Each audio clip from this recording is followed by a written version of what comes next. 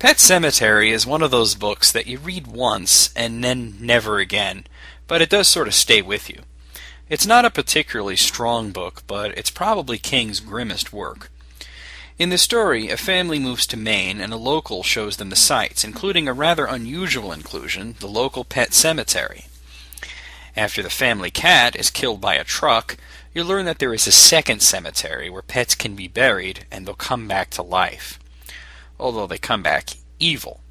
For whatever reason, people continue to do this because they haven't learned that sometimes dead is better. The father, Lewis, brings the cat back because he doesn't want his daughter to be distraught. But he regrets that decision as the cat comes back with a terrible smell and an evil demeanor.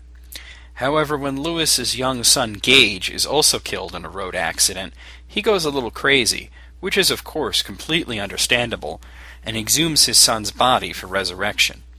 In the end, this malevolent baby kills both the old man who told him about the cemetery and the mother, and the end of the book suggests that she also gets resurrected. It's one of those endings that could basically be described as everything gets fucked up and they all die. There's no hope in the ending, as Lewis's grief has him continuing to make poor decisions and just create more and more of these abominations.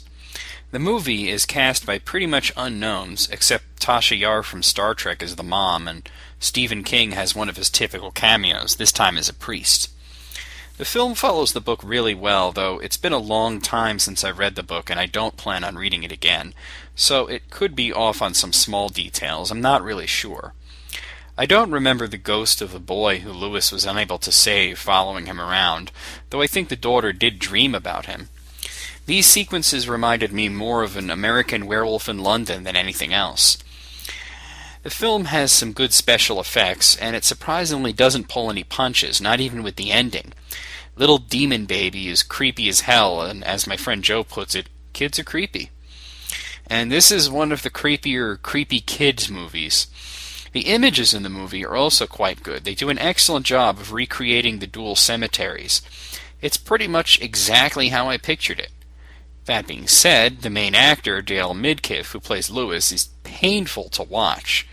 The whole typical no after his son dies might have been appropriate, but it just looks like parody in the film.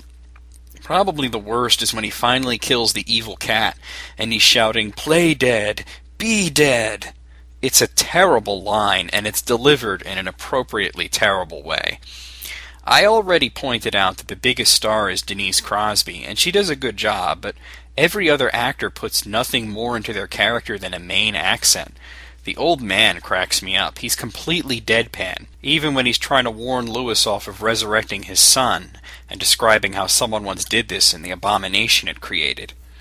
I remember laughing my ass off at the parody in South Park and Butter's very own episode, and then again in Margarine, which was itself a spot-on spoof of Pet Sematary.